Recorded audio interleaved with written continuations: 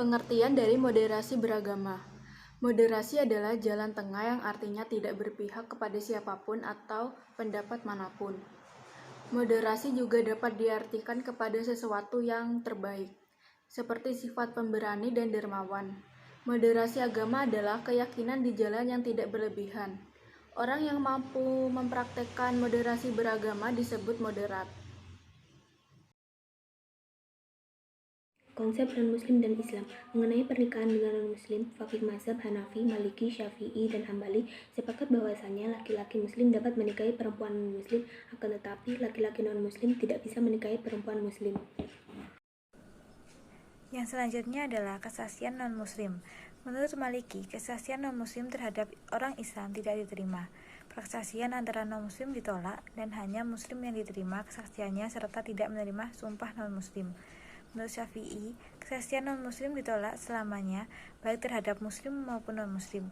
Menurut Hanafi, persaksian non-Muslim ditolak kecuali dalam keadaan darurat, seperti tak ada lagi orang Muslim yang dijamin tinggal di wilayah Muslim.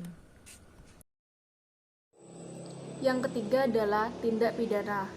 Menurut Hambali, ketentuan yang berlaku bagi Muslim maka berlaku pula untuk non-Muslim, seperti zina dan membunuh. Sedangkan menurut Syafi'i, hukum non-Muslim dalam tindak pidana pembunuhan sama seperti Muslim, yaitu dirajam. Tetapi untuk minum khamar tidak dikenai tindak pidana karena halal bagi non-Muslim. Sedangkan menurut Maliki, dalam hal perzinahan, jika laki-lakinya Muslim sedangkan perempuannya non-Muslim, maka laki-lakinya dirajam, sedangkan perempuannya diserahkan sesuai dengan ketentuan agamanya. Kemudian tindak pidana pencurian sama seperti Muslim, yaitu potong tangan. Sementara untuk minum khamar tidak dikenai tindak pidana. Lalu menurut Hanafi, tidak ada tindak pidana zina yang dilakukan non-Muslim, karena syarat dirajam adalah ihsan.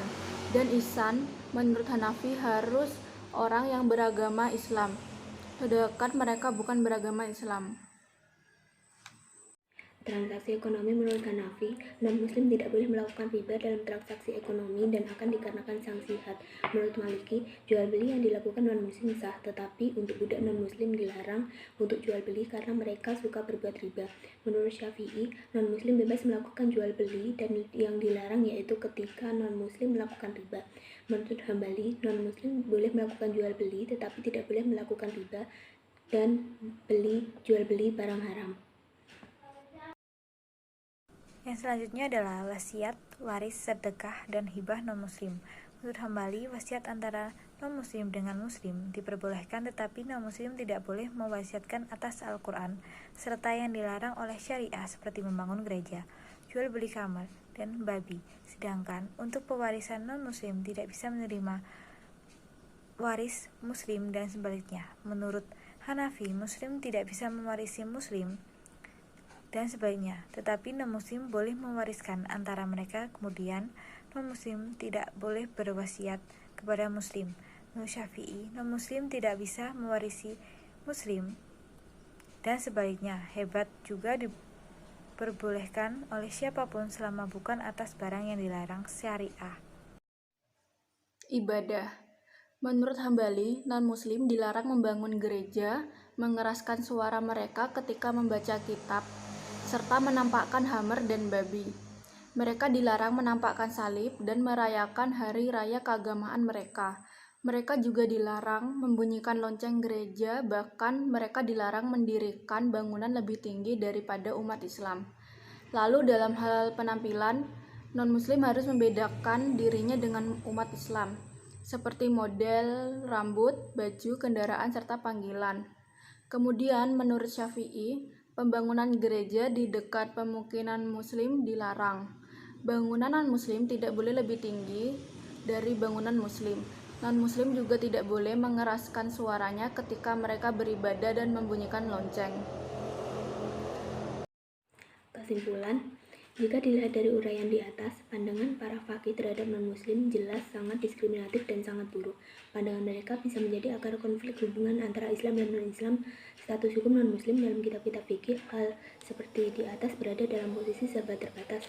Manusia mengalami perlakuan yang sama di depan hukum. Sumpah non-muslim tidak diterima non-muslim, tidak pernah bisa bersaksi melawan muslim, dan lain-lain.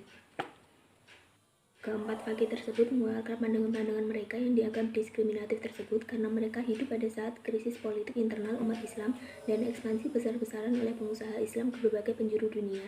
Kemudian, untuk memperkokoh persatuan umat Islam dan menjaga supremasi Islam atas agama dan di daerah yang ditentukan, maka para ahli hukum Islam tersebut mengeluarkan ijtihad hukum mereka yang menurut kita sekarang sangat diskriminatif dan keras, tetapi sangat tepat dan cocok untuk konteks masa itu. Yang selanjutnya adalah contoh interaksi antara Islam dan non-Islam. 1. Saling menghormati saat beribadah. 2. Saling menolong saat ada yang kesusahan. 3. Menghormati dan tidak mengganggu satu sama lain. 4. Saling menjaga dan toleransi antar umat beragama.